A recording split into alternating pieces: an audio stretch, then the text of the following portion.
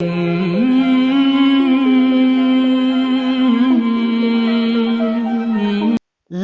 حول ولا قوة إلا بالله العلي العظيم.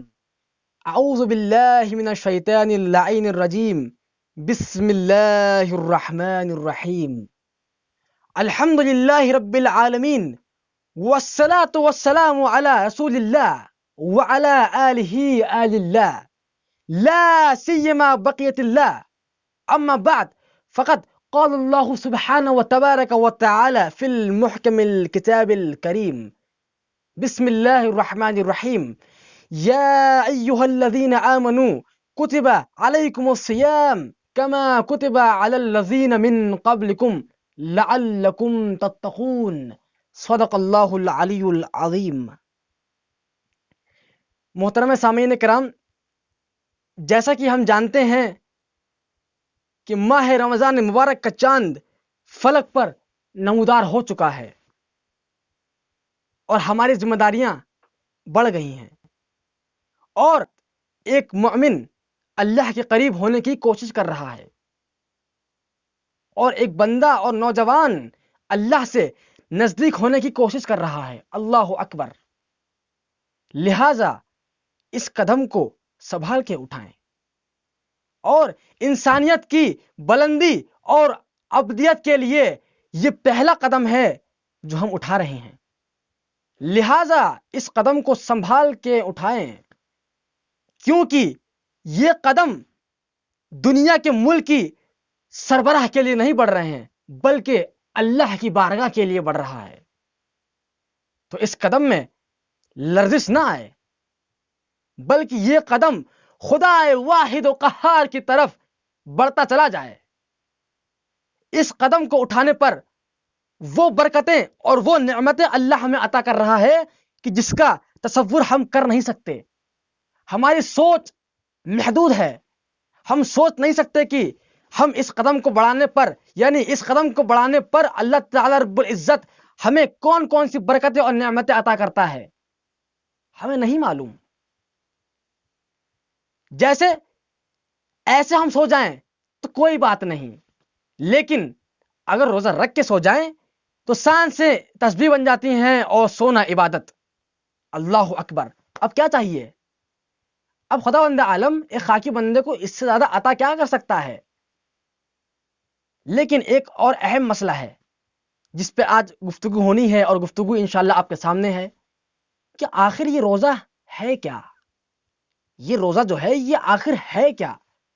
معصومین کے نزدیک، اللہ کے نزدیک، رسول کے نزدیک اور ہمارے وقت کے امام کے نزدیک یہ روزہ ہے کیا آخر؟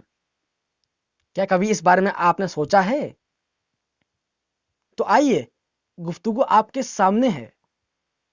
اللہ تعالی رب العزت نے قرآن مجید کی 183ویں آیت میں فرمایا: یا ایھا الذین آمنوا کتب علیکم الصیام کما کتب علی الذین من قبلکم لعلکم تتقون.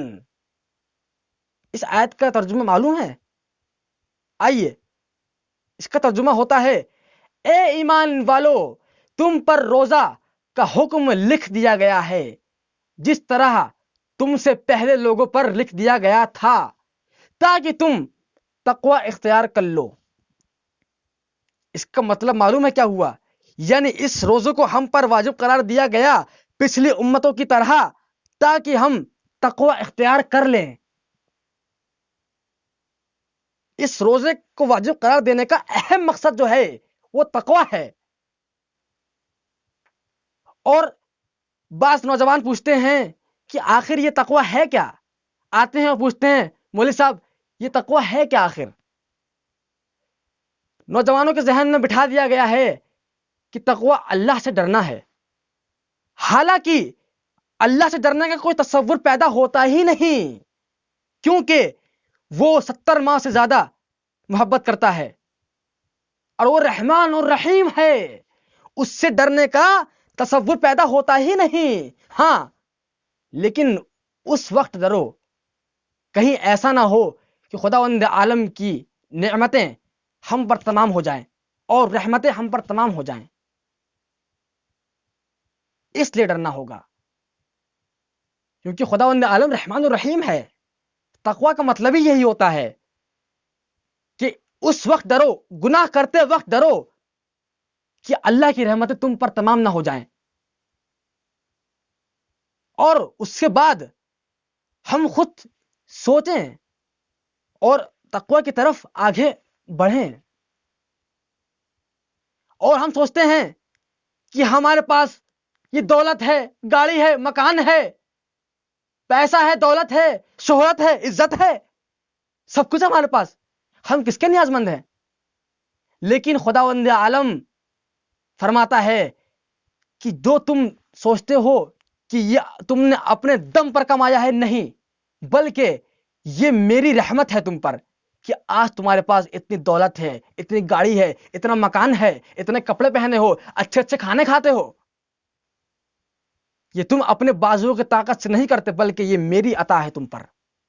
اور اس کے بعد خداوند عالم فرماتا ہے کہ میں دیکھ کے تمہیں آزماؤں گا کہ تم میرا شکر کتنا ادا کرتے ہو، اور اس کے بعد میں لے کے بھی آزماؤں گا کہ تم صبر کتنا کرتے ہو۔ اور ایک مرتبہ اور میں آپ سے بیان کر دوں، یہ تقوی جو ہے یہ تو آپ کو خیر معلوم ہو ہی گیا، لیکن اب اہم بات آتی ہے کہ تقوی حاصل کیسے کیا جائے۔ اس کا صرف اور صرف دو فارمولہ ہے، یعنی دو فارمولہ آپ اپنے ذہن میں بٹھا لیں کہ اللہ کا، یعنی پہلا فارمولہ سنیں، اللہ کا واجب ہم سے چھوٹے نہ، یہ ہو گیا پہلا فارمولہ، اور کوئی حرام کام ہم سے سرزد نہ ہو، بس یہی دو فارمولے ہیں۔ کون کون سا؟ اللہ کا واجب ہم سے کوئی ترک نہ ہو، اور کوئی حرام کام ہم سے سرزد نہ ہو، بس یہی دو فارمولے ہیں۔ اور اگر اس فارمولے کو اپنے ذہن میں بٹھا لیا اور اس کو عمل میں لے کر کے آئے تو بے شک آپ کامیاب ہیں، کیونکہ ماہ رمضان کا جو اہم مقصد ہے، جو اللہ تعالیٰ نے فرمایا ہے، وہ تقوی ہے، لعلکم تتقون، تاکہ تم تقوی اختیار کر لو۔ اور اگر ہم نے ماہ رمضان میں تقوی اختیار کر لیا، اور اختیار کرنے کے بعد ماہ رمضان کا گزرتے ہی عید کے بعد ہم پھر سے ویسے ہی ہوگا جیسے ہم پہلے تھے، تو یہ جان لو کہ تم بھوکے تو رہے ہو لیکن تم نے روزہ نہیں رکھا، یہ بات دھیان رکھیں۔ اور میں آپ کو ایک قول حضرت فاطمہ زہرا سلام اللہ علیہا سے آپ تک پیش کرتا ہوں۔ انہوں نے فرمایا ہے، روزہ جو ہے وہ کان، زبان، آنکھ اور تمام جسم کو قابو میں رکھنے کا نام ہے۔ جناب بی بی فاطمہ زہرا سلام اللہ علیہا ہمیں یہ تعلیم دیتی ہیں، اور بے شک ہمیں ان چیزوں پر غور کرنا ہوگا، سوچنا ہوگا کہ آخر روزہ ہم پر واجب کیوں قرار دیا گیا ہے۔ میں نے آپ کو فرمایا لعلکم تتقون، سورہ بقرہ کی 183 آیت ہے، تاکہ تم تقوی اختیار کر لو۔ بس انہی جملوں کے ساتھ ہم دعا گو ہیں کہ ہمیں تمام روزے رکھنے کی توفیق عطا فرما، ہمیں با تقوی بنا، ہمیں عمل صالح انجام دینے کی توفیق عطا فرما۔ بس انہی جملوں کے ساتھ وصلی اللہ علی سیدنا محمد و آلہ الطاہرین۔